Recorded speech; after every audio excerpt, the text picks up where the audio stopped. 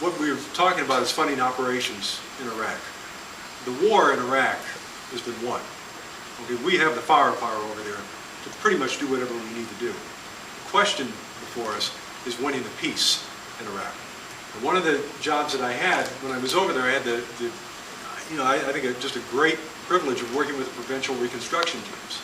And the provincial reconstruction teams, there are 28 of them all around the country. And I was able to travel to Fallujah, to Nasiriyah, to Kirkuk, to Mosul, all around the country and work with provincial reconstruction teams who have, much like the Peace Corps, they have ag experts, they have small business experts, they have medical experts. We opened up a medical clinic in Fallujah. Fallujah was a site of some of the most fierce fighting in this war. And we opened up medical clinics in Fallujah, and we had over 1,100 people in 3 hours show up. You had children who were getting well baby care for the first time. You had preventative health care. You had adults who had never seen a doctor in their lives that were actually getting health care.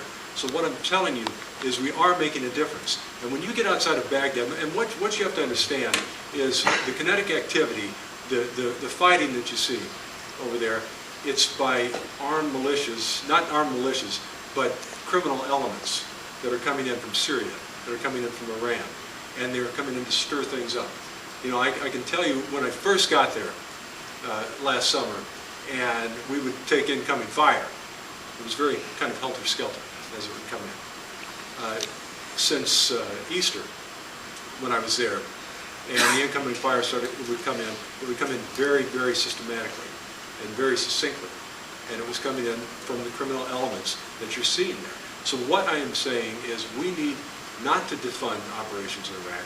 What we need to do is focus on the next move. And I say that next move is a peace search. What we need to do is give people the ability to take care of their families, to live in relative peace, and to be able to earn a living. And they're no different than us. I've walked in Garma, I've walked in Kirkuk, I've walked in Nasiriyah, I've been in the business districts, and I can tell you today, you hear a lot about what's going on in Baghdad.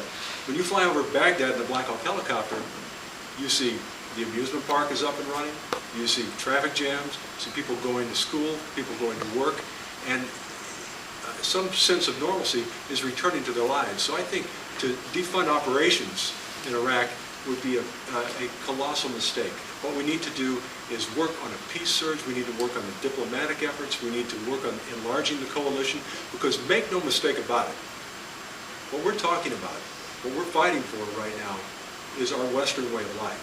You have groups of people who are committed to killing us, quite frankly, are committed to destroying the United States. And whether you're talking about the United States, whether you're talking about Great Britain, whether you're talking about France, whether you're talking about Germany, whether you're talking about the Western world, our way of life is what is at stake right now. And I don't think we can afford to pull back from that, because if we do, it will leave a void, and it will cause further confusion, and it will ultimately land us and our coalition partners further and further in the Middle East.